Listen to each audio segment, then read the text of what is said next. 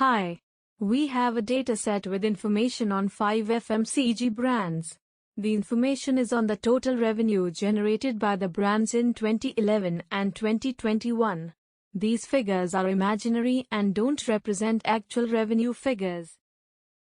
In order to calculate the change in the revenue, we subtract the 2011 revenue from 2021 revenue, that is D2 minus C2, and similarly, for other brands.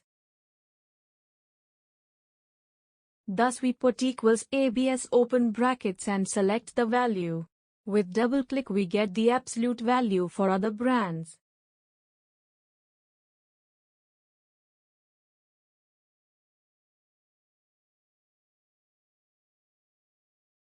We can directly calculate the absolute change in the revenue for the mentioned years for the respective brands by using the equals ABS brackets open, D2 minus C2.